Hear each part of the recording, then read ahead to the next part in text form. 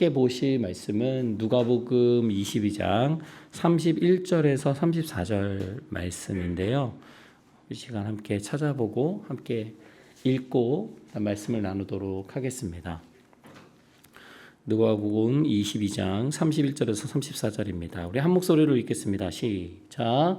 시몬아 시몬아 보아라, 사탄이 밀처럼 너희를 체질하려고 너희를 소나기에 넣기를 요구하였다. 그러나 나는 내 믿음이 꺾이지 않도록 너를 위하여 기도하였다. 네가 다시 돌아올 때에는 네 형제를 굳세게 하여라. 베드로가 예수께 말하였다. 주님, 나는 감옥에도 죽는 자리에도 주님과 함께 갈 각오가 되어 있습니다. 그러나 예수께서 말씀하셨다. 베드로야, 내가 네게 말한다. 오늘 닭이 울기 전에 네가 3번 나를 모른다고 할 것이다. 아멘. 오늘 말씀의 제목 우리 한번 읽어볼게요. 시작. 제자들을 사랑하시는 예수님. 아마 제 생각에 저희가 누가복음 이제 거의 끝을 향해 가고 있는데요. 오늘 22장이 가장 길지 않은가요? 그렇죠. 그래서 굉장히 말씀 본문이 깁니다. 70 몇 절까지 있어요. 그래서 여러분 말씀 본문이 길다고 설교가 긴 걸까요? 아니에요. 예, 말씀 본문이 길다고 설교가 꼭 긴 건 아니니까요. 너무 걱정하지 마시고 오늘 제자들을 사랑하시는 예수님이라는 제목으로 우리가 한번 말씀 하나님의 이야기를 나눠보도록 하겠습니다. 예수님께서 이제 예루살렘에 들어오셨고 그 어떤 명절이 다가오고 있었어요. 근데 여러분 한국에도 대한민국에도 명절이 많잖아요. 대표적인 명절이 언제가 있죠? 추석, 또 설날. 여러분 추석이 좋아요? 설날이 좋아요? 둘 다 좋고 여기 설날. 여기 왜 설날이 좋죠? 용돈이요? 용돈을 누가 설날에요? 그런가요? 요즘에는 부모님이 그거 세뱃돈 받은 거 가져가지 않으세요? 숨겨놔요? 저는 세뱃돈을 받으면 어머니께서 다 받아가 다시 가져가셨어요. 그게 너무 그때는 억울하고 엄마 왜 그러시지 막 그래 너무 아쉬워했는데.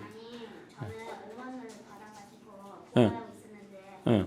동생이 자꾸 나는데 엄마가 뺏어나가고 제 것도 뺏어갔어요. 진짜 그 세뱃돈을 결국 엄마가 뺏어갔다고 하는 거구나.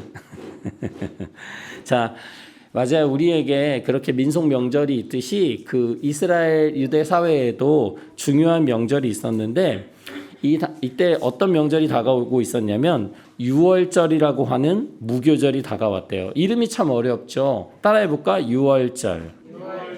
무교절. 자, 원래 유월절과 무교절은 조금 다른 거예요. 유월절은 우리가 아직 그 말씀을 우리가 창세기를 배우고 신약으로 넘어왔기 때문에 출애굽기 말씀은 아직 배우지 않았어요. 그래도 우리 아이들도 그렇고 출애굽기 그 이집트를 탈출하는 이스라엘 백성이 이집트에서 나오는 이야기를 다 기억하고 있죠. 자, 그때 마지막에 이스라엘 사람들이 이집트를 탈출할 수 있었던 마지막 사건이 뭐였냐면 하나님께서 이집트에 내리신 몇 번째 재앙? 10번째 재앙. 10번째 재앙으로 인해서 이스라엘 사람들이 탈출할 수 있었는데 그건 뭐냐면 천사가 죽음의 천사, 심판의 천사가요. 딱 모든 집을 다니면서 그 집의 첫째를 죽이는 거예요. 그런데 그 집 문설주에 피를 발라놓잖아요. 피를 발라놓으면 양의 피를 발라놓으면 이 집은 넘어가야 되겠구나 하면서 넘어가는 거예요. 그 집을. 그래서 그게 유월절이에요. 넘어간다는 뜻이에요. 그런데 이스라엘 사람들은 하나님의 말씀을 듣고 이미 가축을 잡아서 양을 잡아서 피를 다 발라놨거든요. 근데 이집트 사람은 발라놨을까? 안 발라놨죠. 그래서 그 집의 장자들이 다 죽은 거예요. 자, 이날을 기념하는 것이 바로 유월절을 기념하는 거고요. 이 무교절은 뭐냐면 이것 이후로 이렇게 7일 동안 이집트를 탈출한 그때를 기억하는 그런 명절, 절기가 무교절이에요. 그런데 여러분 도망 나올 때요. 배고프잖아요. 또 음식을 준비해야 되는데 막 냄비에다 끓이고 후라이팬에 볶고 막 그럴 수 있어요? 도망가야 되는데 어떻게 해야 돼요? 빨리. 그리고 썩지 않는 음식을 준비해 가야 되잖아요. 그래서 빵을 구웠는데 무교병이라고 해서 이렇게 막 부풀지 않는 거 해가지고 그런 빵을 만들어서 그때 먹었거든요. 그래서 이 무교절 기간에는 이 무교병이라는 것을 먹어야 됐어요. 그리고 7일 동안 기념한다고 했잖아요. 무교절을. 그래서 첫째 날하고 7번째 날에는 일을 하면 안 되는 거예요. 그런데 그 중에 그 유월절은 당시 신약 시대에 그 어떻게 되냐면 예수님, 우리가 지금도 기억하는 예수님의 고난 주간 있죠. 예수님께서 고난 당하시는 그 주간의 목요일이 이 유월절하고 겹쳐요. 여러분 아까 유월절에 어떤 동물을 잡는다? 양을 잡는다고 했잖아요. 우리가 예수님을 어떻게 표현하냐면 하나님의 어린 양이라고 표현해요. 그건 예수님이 양처럼 이렇게 뚱뚱하고 털도 많고 그런 걸 의미하는 것이 아니라 예수님이 우리를 살리시기 위해서 죽임을 당하셨다는 얘기예요. 양들이 죽임을 당했잖아요. 양들의 피가 발라진 집에서는 장자들이 죽지 않았던 것처럼 예수님이 우리를 위해서 피 흘리셨다는 얘기입니다.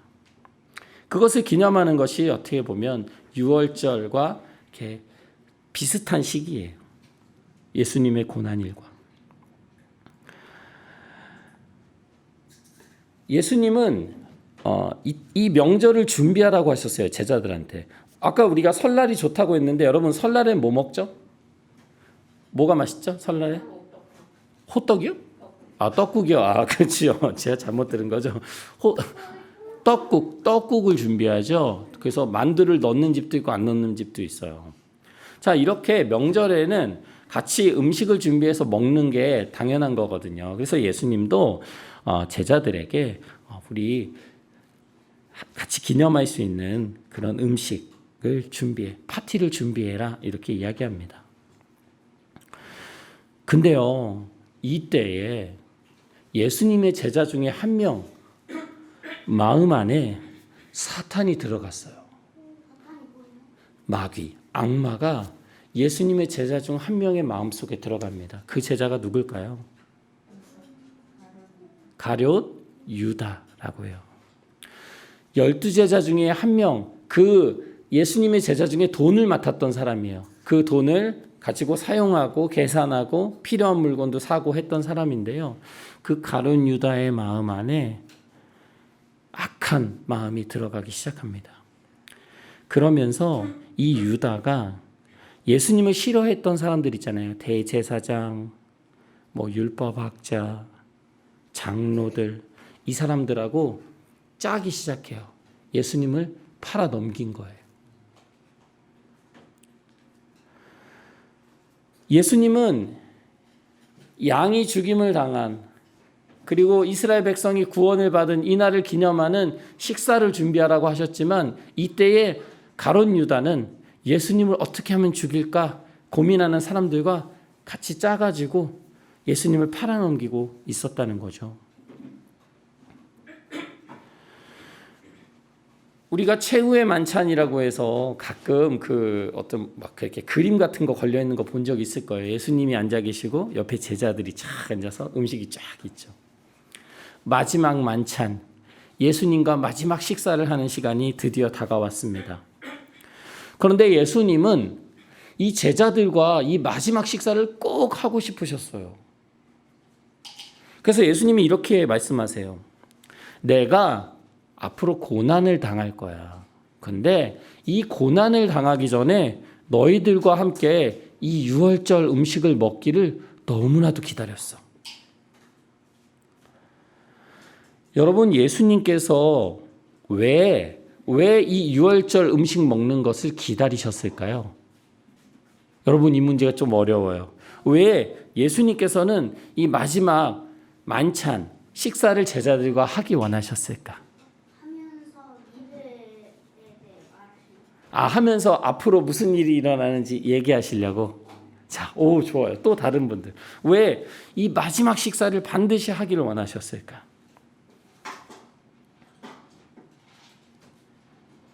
왜 그러셨을까? 그냥 마지막이니까?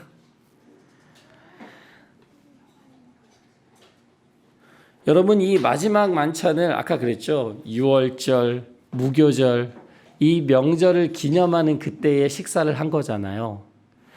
예수님은 이 마지막 식사를 통해서 제자들이 앞으로 예수님이 고난당하시는 그 사건을 이 유월절 양이 죽임을 당하는 그 사건과 같이 이해하기를 원하셨던 거예요. 다시 말씀드리면 양들이 죽임을 당했던 그 사건이 단순히 옛날의 사건이 아니라 이제 예수님께서 고난당하시고 죽임을 당하실 건데 그 사건과 옛날 이스라엘 백성들이 탈출했던 그 사건이 연관이 있다는 것을 제자들이 알기를 원하셨던 거죠. 여러분, 아까 우리가 설날 때는 떡국을 먹는다고 여러분이 말씀하셨는데요. 이때 예수님은 제자들과 함께 무엇을 떼어서 나눠주셨어요. 먹으셨어요. 뭘 떼셨을까? 빵. 빵을 떼서 무슨 빵이었을까? 포켓몬 빵? 아니죠. 예수님 빵? 예수님 그려져 있는 빵? 예수님 살로 만든 빵이요? 너무 잔인한 거 아니에요? 책에서 그렇게 나와 있어요? 이게 맞는데 어떤 부분은 맞거든요. 근데 진짜 살로 만든 빵은 아니에요. 그거 못 먹죠. 그 예수님 살은 맞는데요. 너무 잘 얘기해 줬는데 일반 빵이었어요. 빵인데 그 빵을 떼잖아요. 이렇게 떼어서 나눠주는 거. 그리고 빵이 부서지잖아요. 그리고 먹을 때도 부서지고요. 이 빵을 떼서 나눠주면서 예수님이 뭐라고 하시냐면 이것은 너희를 위하여 주는 나의 몸이다. 나의 살이다. 라고 말씀하신 거예요. 단순히 이거 맛있는 빵이야 먹어 이렇게 하신 게 아니고요. 이 빵 있잖아. 이 빵은 나의 몸인데 내가 너희를 위해서 주는 거야. 이것은 예수님의 무엇을 이야기하는 거예요? 앞으로의 십자가에서 그 몸이 찢기고 고통받으시고 죽임을 당하는 그 사건을 이야기하는 거예요. 근데 그 십자가의 사건은 예수님이 잘못해서 그러신 거예요? 아니요. 우리를 위해서 예수님이 자기의 몸을 희생하신다는 말씀이에요. 그리고 저녁 식사 후에 예수님은 이렇게 잔 있죠. 여러분도 이렇게 컵이 있는데 잔에다가 포도주를 따라서 제자들을 나눠주셨거든요. 그러면서 뭐라고 하셨냐면 얘들아 이 잔은 너희를 위해서 흘리는 나의 피야. 떡과 포도주는 예수님의 무엇을 의미한다? 살과 피를 의미하는 거예요. 그러면서 예수님이 이렇게 말씀하세요. 이 잔은 너희를 위하여 흘리는 내 피로 세우는 새로운 언약이야. 새로운 약속이야. 이렇게 이야기합니다. 예수님은 우리에게 자신의 몸과 자신의 피를 우리를 위해 주시면서 새로운 약속을 하고 계시다는 거예요. 그 약속이 뭘까? 우리가 이제 앞으로 누가복음 나머지 말씀을 통해서 계속해서 알아봐야 돼요. 여러분, 이 빵과 포도주 이걸 먹고 마시면서 예수님은 예수님의 죽으심, 사람들, 제자들을 구원하시기 위해서 희생하신 예수님의 몸과 그 십자가에서 흘리신 그 고난의 피를 제자들이 기억하기를 원하셨어요. 그리고 그것을 기억하면서 우리를 구원하시고 우리를 죄에서 용서하시는 그 주님의 은혜를 알기를 원하셨던 거예요. 그것이 새로운 언약, 새로운 약속이에요. 예수님의 죽으심을 기억하는 것, 기념하는 것, 그것을 믿는 것, 그래서 하나님의 자녀가 되는 것. 여러분, 우리가 죽기 전에 하는 말을 뭐라고 하죠? 죽기 전에 하는 말. 유언이죠, 유언. 예전에 목사님 청소년 때 교회에서 수련회를 갔는데요. 전도사님이 오늘이 마지막 날이라고 생각해 보고 우리가 오늘 이 세상을 사는 마지막 날이다 생각하고 유언을 한번 적어보라고 하시는 거예요. 그래서 학생들이 다 유언을 적었어요. 그래서 그거를 사람들 앞에서 몇 사람이 발표했거든요. 분위기 어땠을까? 분위기 재밌었을까요?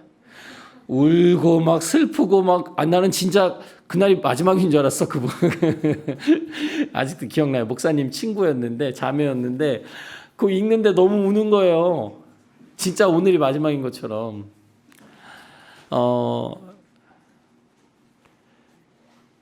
예수님은 어쩌면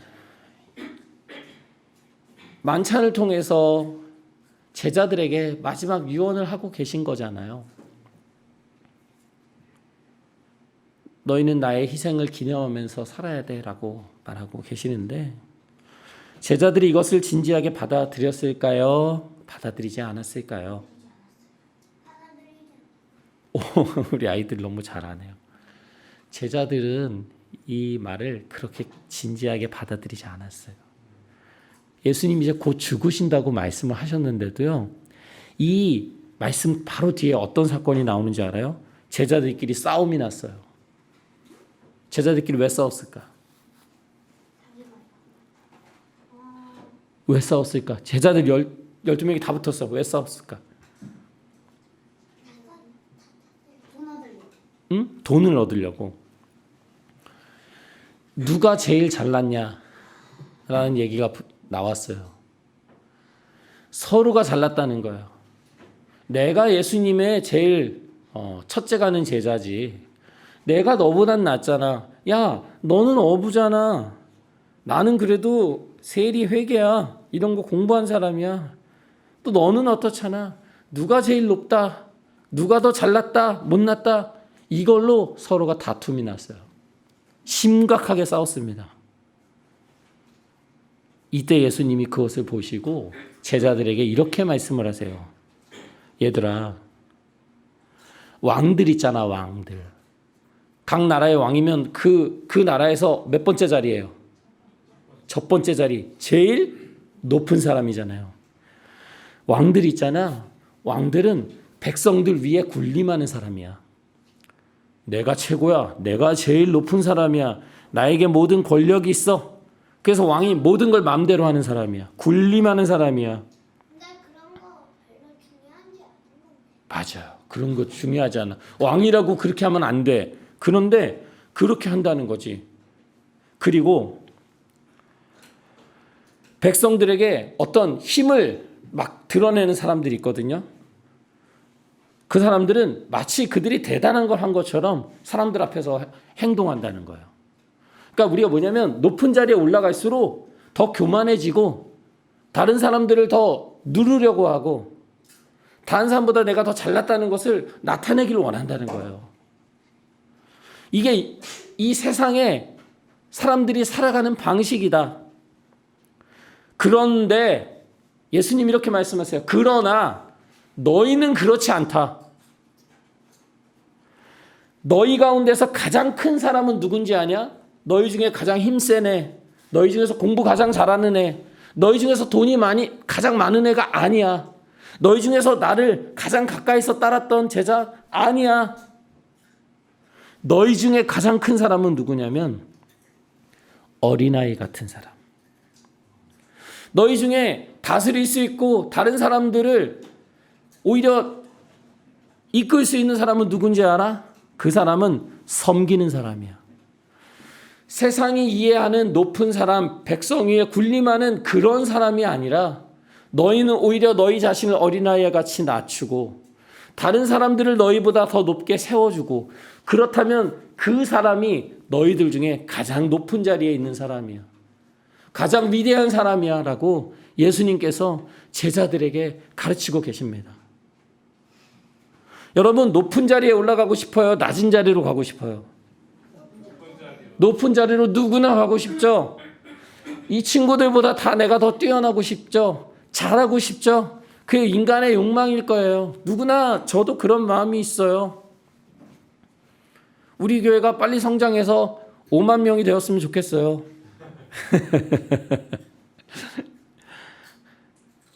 여러분, 그런데 예수님은 이렇게 말씀하십니다. 두 사람이 있다. 누가 더 높은 사람인지 맞춰봐라. 여러분도 맞춰보세요. 밥상에 앉아서 밥 먹고 있는 사람이 높냐? 아니면 그 밥상에 앉아서 밥 먹고 있는 사람을 시중 드는 사람이냐? 여러분, 누가 더 높은 사람이에요? 시중 드는 사람이 높은 위치에 있는 사람일까? 막 반찬도 갖다 주고 밥 갖다 주고 막 물도 갖다 주고 닦아 주고 그 사람이 높은 사람일까? 아니면 밥을 먹고 있는 사람이 높은 사람일까? 밥을 먹고 있는 사람이 높은 사람이잖아요. 근데 예수님이 뭐라고 하시냐면, 그러나 나는 섬기는 사람으로 너희 가운데 있는 거야.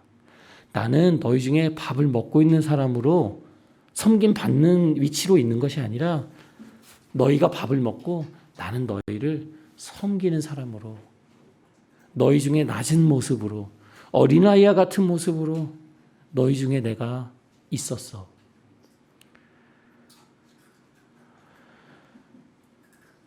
여러분, 예수님은 제자들이 이제 예수님이 십자가에 달려 죽으신 이후에 그 길을 따라오기를 바라셨어요. 근데 그 길은 사람들 앞에서 나 잘났죠? 나 대단하죠? 나 이 정도의 힘 있어? 이런 걸 드러내는 그런 길이 아니고, 대접받고 인정받고 그냥 자기가 원하는 모든 걸 할 수 있는 그런 위치에서 살아가는 그런 삶이 아니라, 맞아요. 그것도 별로 좋은 삶이 아니잖아요. 그런 세상과 달리 겸손하고 다른 사람을 섬기면서 그런 정말 진정한 높은 자리에 있는 사람으로서 살아가기를 원하셨다는 거죠. 여러분, 예수님은 누구예요? 이 세상에 누구예요? 예수님은 왕이잖아요. 그런데 그 예수님은 군림하고 다른 사람을 막 지배하고 다른 사람에 위해서 내가 높아, 내가 잘났어, 이런 왕이 아니라 우리를 섬기시는데 어디까지 섬기셨냐면 십자가에 달려 죽기까지 낮아지시고 섬기신 왕이잖아요. 우리한테 그 말씀을 하고 계신 거예요. 제자들에게 너희가 진정 높아지기를 원한다면 낮아지고 다른 사람을 섬겨라.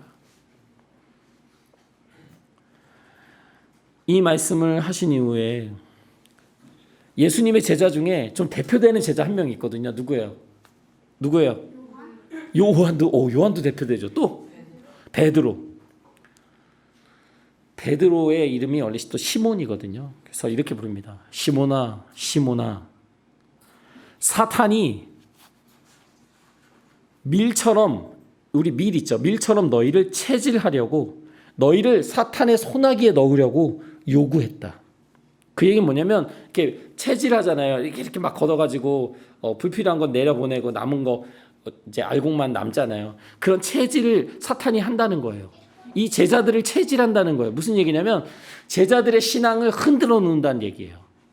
흔들어서 결국은 떨어지기를 바라는 거죠. 사탄의 소나기에 넣으려고 지금 사탄이 제자들을 계속 주시하고 있다는 거예요. 제자들만이 아니라 우리 모든 이야기 침례교회 가족들을 사탄이 주시하고 있다는 거예요. 어떻게 하면 신앙을 무너뜨려 버릴까? 어떻게 하면 하나님을 믿지 않고 떠나고 자기 마음대로 살게 할까? 계속해서 우리를 바라보고 있다는 겁니다. 그런데 예수님이 이렇게 말씀하세요. 그러나 나는 너의 믿음이 꺾이지 않도록 너를 위해서 내가 기도했어. 베드로, 사탄이 너를 유혹하고 넘어뜨리려고 계속하고 있지만 나는 너의 믿음이 넘어지지 않도록 기도했어. 베드로야, 네가 다시 돌아올 때에는 너의 형제들을 굳세게 해줘. 네가 다시 돌아올 때는 너 분명히 실패할 거야. 실수할 거야. 너 분명히 나를 떠날 거야. 그런데 네가 다시 돌아왔을 때는, 그때는 다른 사람을 세우는 사람이 될 거야. 다른 사람을 세워줘. 베드로가 이 이야기를 들으니까 기분이 좋을까 안 좋을까? 안 좋아. 왜 안 좋아요? 그렇죠. 예수님이 베드로를 믿지 않는 것 같잖아요. 돌아온다니. 그래서 베드로가 뭐라고 얘기했냐면, 주님, 저는 감옥에 가든지 죽는 자리든지 어디든지 주님과 함께 갈 거예요. 저 준비됐어요. 저 각오가 되어 있습니다. 주님 그렇게 말씀하지 마세요. 예수님이 베드로에게 말씀하십니다. 베드로야, 오늘 닭이 울기 전에 너가 몇 번? 3번. 3번이나 나를 모른다고 할 거야. 너 3년이나 나랑 같이 지냈고 너 가장 가까이 있었잖아. 그런데 오늘 닭이 울기 전에 3번 네가 나를 모른다고 할 거야.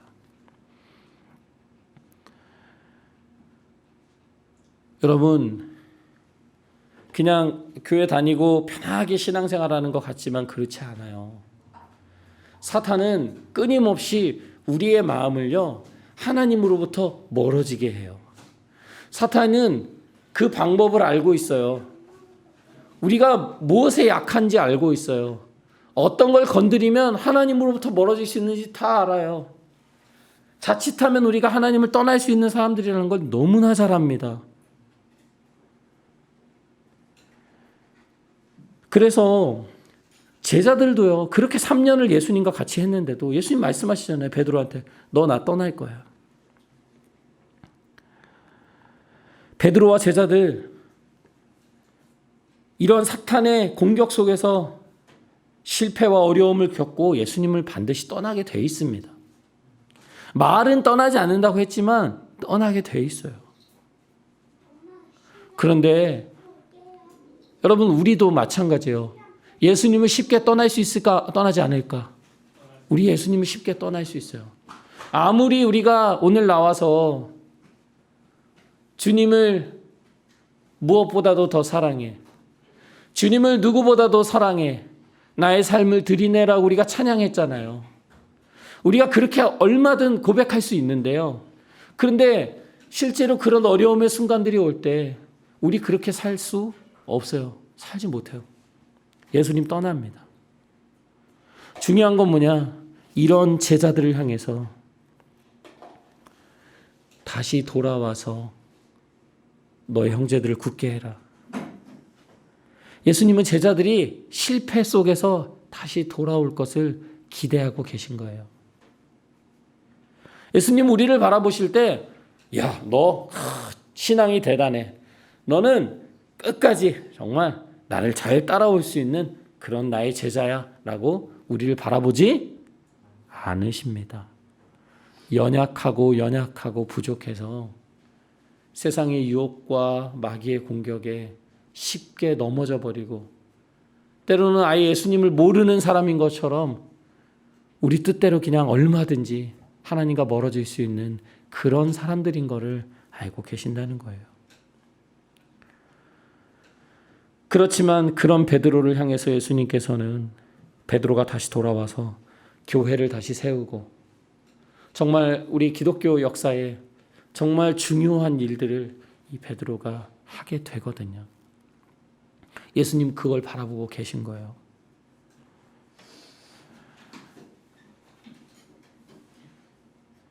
예수님은 이제 마지막으로 산에 올라가셔서 하나님 앞에 기도합니다.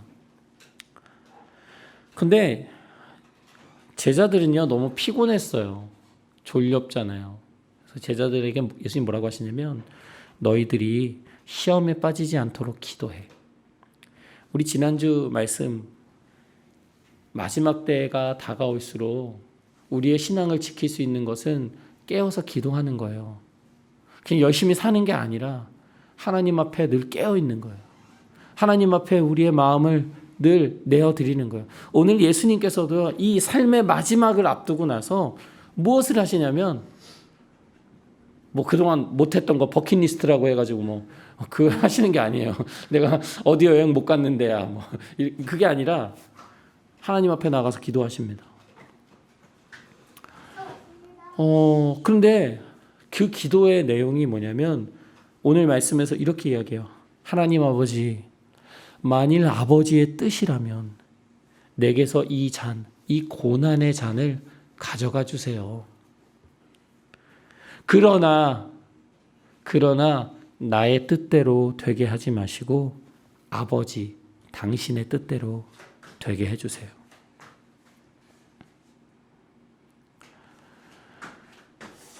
여러분, 오늘 예수님의 기도는 솔직한 기도였어요. 정직한 기도였어요. 여러분, 예수님이니까 예수님이 이렇게 기도하셨을까? 아버지, 이제 드디어 십자가를 향해 갑니다.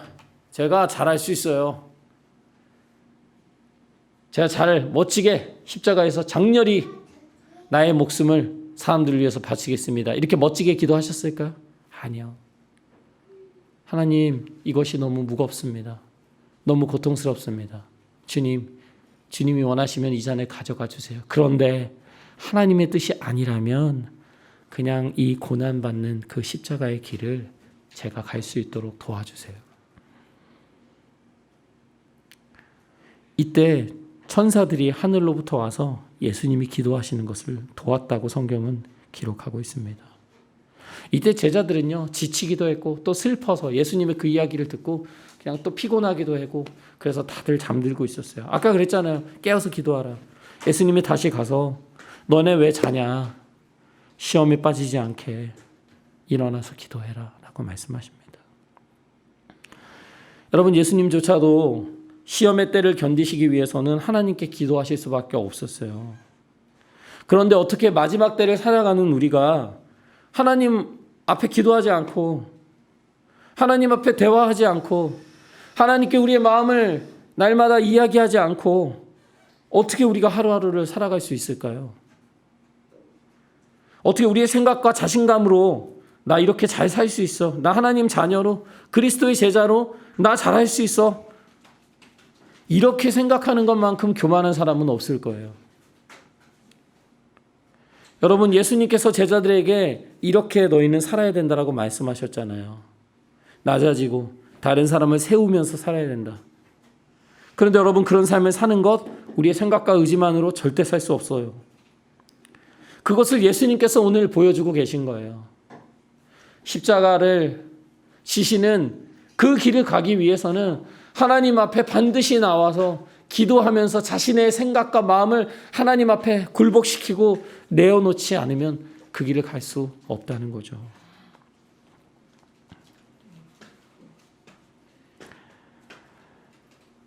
여러분, 예수님께서 이 깊은 고통의 때에 하나님 앞에 기도하면서 힘을 구하고 계신 것처럼 우리 또한 그래야 하지 않을까요?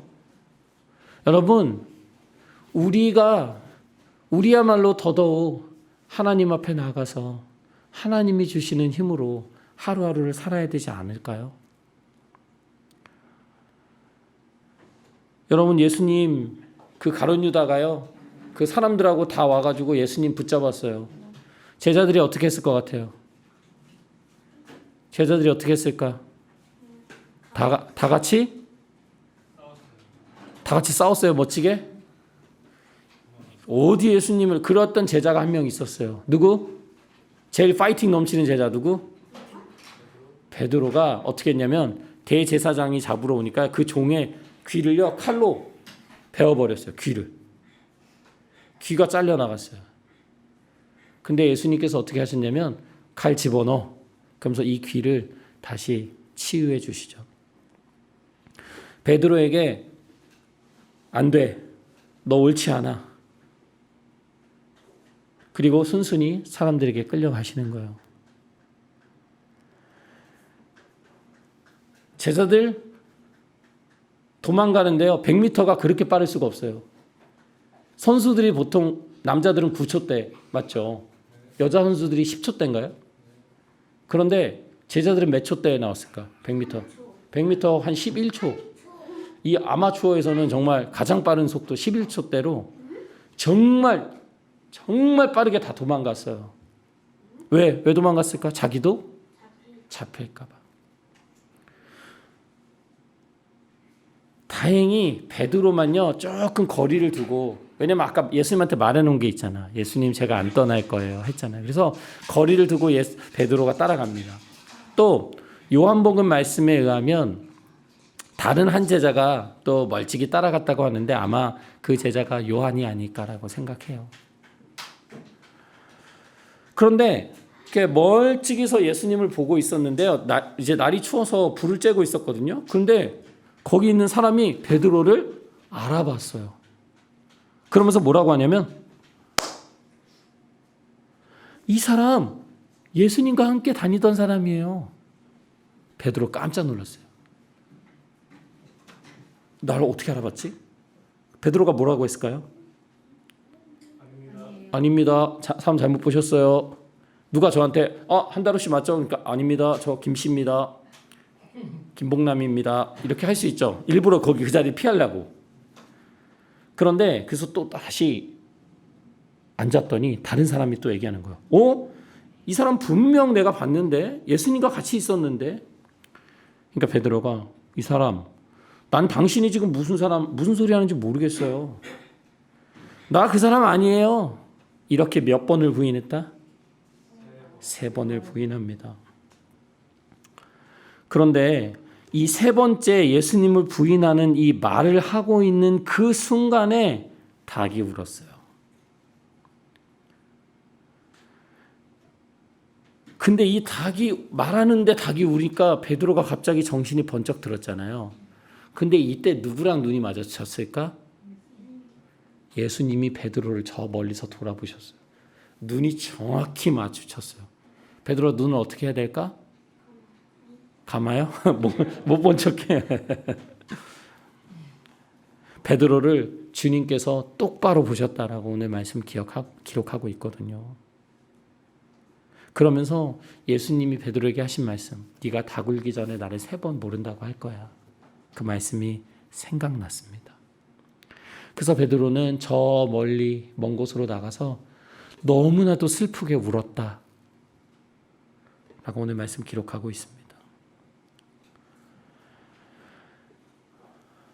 여러분, 베드로의 이 눈물, 베드로의 슬픔을 여러분 공감하실 수 있으실 거예요. 그렇게 예수님을 끝까지 따른다고 했지만 결국 자기도 두려운 거예요. 무서운 거예요. 그리고 베드로가 그 아내도 있고 가족들도 있고 예수님과 함께 죽지는 못하겠는 거예요.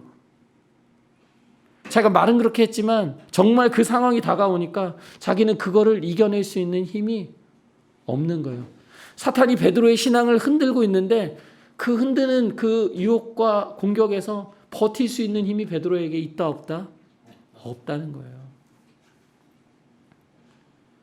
그래서 그것이 너무 마음 아파서 울었던 거죠.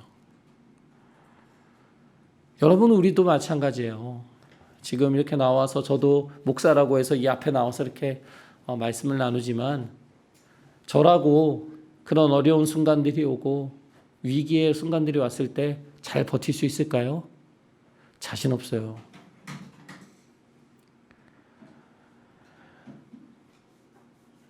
여러분, 그런데 예수님은 분명 그런 베드로를 향해 뭐라고 하셨냐면 네가 다시 돌아올 때에는 너의 형제들을 굳세게 해라. 너의 형제들의 믿음을 세워줘라. 예수님은 단순히 너 나 배신할 거야. 너 배신하면 가만 안 둔다. 너 내가 끝까지 쫓아간다. 지구 끝까지. 나 뒤끝 있는 거 알지? 이렇게 하시는 게 아니고 베드로야, 네가 나를 모른다고 할 거고 부인할 거지만 너는 반드시 돌아올 거야.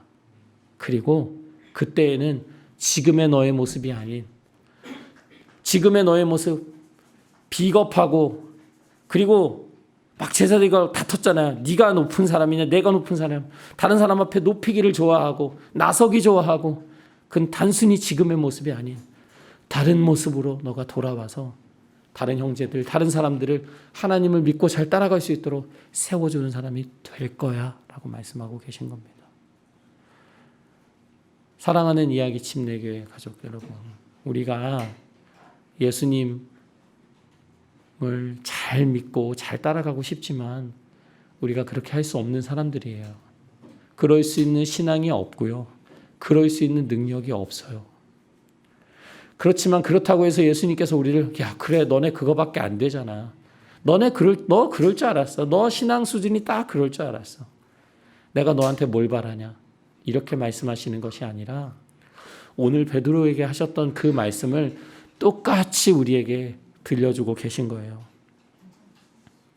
준수야, 동준아, 기주야, 너희가 어떤 때는 어떤 순간에는 나를 배신하고 나를 모르는 사람처럼 돌아설 거지만 아니야. 너희 그때 분명 언젠가는 다시 나에게로 돌아올 거야. 그리고 그때에는 다른 사람들을 세워주는 사람이 너희는 되어야 돼. 저는 하나님께서 우리를 바라보시는 그 눈빛이 대단하기를 바라시고 우리가 뭐 엄청난 일을 하기를 바라시는 것이 아니라 실패와 실수와 연약한 모습 속에서 다시 하나님 앞에 회복되고 다시 하나님의 은혜로 힘을 얻고 오늘 말씀의 주제처럼 우리를 사랑하시는 그 예수님의 사랑으로 인해서 그 예수님 그 닭이 울었을 때 베드로를 바라보셨던 그 눈빛, 그 사랑의 눈빛, 아끼시는 그 눈빛, 그 사랑과 은혜로 우리가 날마다 우리의 삶이 회복되고 하나님을 온전히 따라갈 수 있는 사람들로 능히 다른 사람들을 세워주고 섬길 수 있는 예수님이 사셨던 그러한 삶을 살 수 있는 제자들로 우리를 세워주기를 하나님께서 원하신다는 것을 여러분이 기억하시기를 바랍니다. 우리 시간 함께 기도하시겠습니다. 이 시간 기도하실 때는 하나님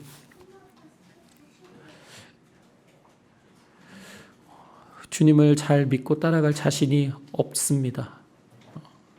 말로는 주님을 믿는다, 주님을 따른다고 하지만 저의 삶을 보면 전혀 어떤 제자로서의 온전한 모습이 아닙니다. 하지만 오늘 베드로에게 말씀하셨던 것처럼 다시 돌아올 때에는 다른 형제들을 세우라고 말씀하신 것처럼 우리에게도 희망을 가지시고 기대하시면서 우리를 세워주실 것을 믿습니다. 하나님, 우리 연약한 우리의 마음을 세워주세요. 우리 연약한 신앙을 붙들어 주세요. 또 하나님께서 우리에게 주신 은혜가 있다면 이 시간 하나님 앞에 고백하면서 함께 기도하시겠습니다. 기도하시겠습니다.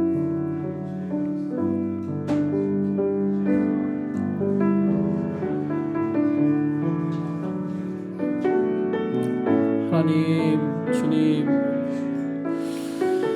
주님 우리를 볼 때에는 하나님 주님을 잘 믿고 따라갈 수 있는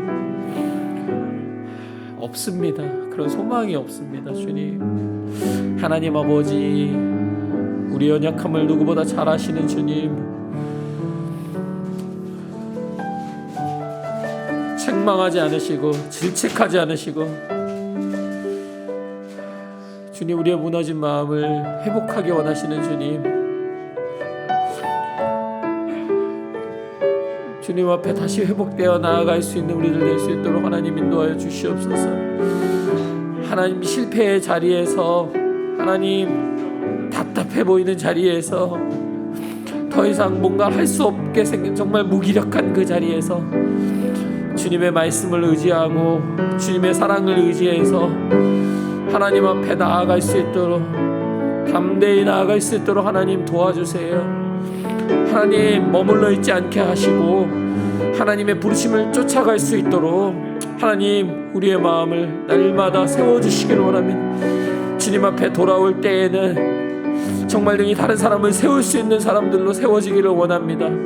하나님, 우리의 능력, 우리의 마음 의지하지 않게 하시고 오직 주님의 은혜와 용서하시는 사랑을 붙잡고 살아가는 우리를 될 수 있도록 하나님 인도하여 주시옵소서. 하나님, 우리 이야기 침례교회가 무엇보다 주님의 은혜를 경험하는 교회 되기를 원합니다. 하나님의 은혜가 얼마나 크시고 능력이 있으신지를 경험하는 공동체 되기를 원합니다. 연약하고 부족하고 형편없는 공동체를 강하게 세우시는 그 주님의 능력을 체험하는 우리들 되기를 간절히 원합니다. 하나님, 주님의 마음을 시원케 하는 하나님의 뜻을 이루는 교회 되기를 원합니다. 주님, 세워주시옵소서. 강하게 하여 주시옵소서. 주님, 붙잡아 주시옵소서. 하나님, 우리 안에 끊임없이 사단이 공격하고 유혹할 때마다 주님, 회복하시는 주님의 은혜가 더 큰 것을 알게 하여 주셔서 하나님, 우리가 사단의 속삭임과 세상의 목소리에 귀 기울이지 않게 하시고 주님, 진리를 붙들고 살아가는 우리들 될 수 있도록 하나님 인도하여 주시옵소서. 오 주님, 오 주님, 오 주님, 오 주님, 오 주님.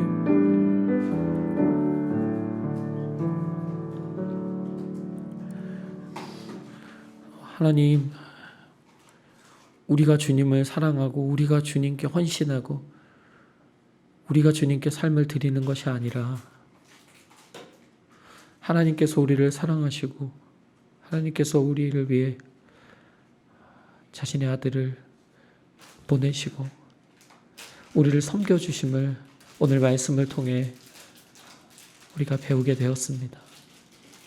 하나님, 그동안 교만하게 하나님 앞에서 정말 잘 믿음을 지키며 살아갈 수 있다고 생각했던 우리의 교만한 마음을 용서해 주시고 여전히 연약하고 부족하고 쉽게 흔들리는 우리지만 주님의 사랑이 우리를 붙들고 계셔서 그 사랑으로 인해서 하나님께 나아갈 수 있음을 기억하는 우리들 될 수 있도록 인도하여 주시옵소서. 하나님, 다시 만날 그때까지 우리 이야기 침례교회 공동체가 오직 주님의 사랑과 은혜로 하루하루를 살아가기를 원합니다. 하나님을 의지하고 하나님을 붙들고 하나님 앞에 깨어서 기도하는 우리의 교회 될 수 있도록 하나님 인도해 주세요. 감사하고 예수님의 이름으로 기도했습니다. 아멘.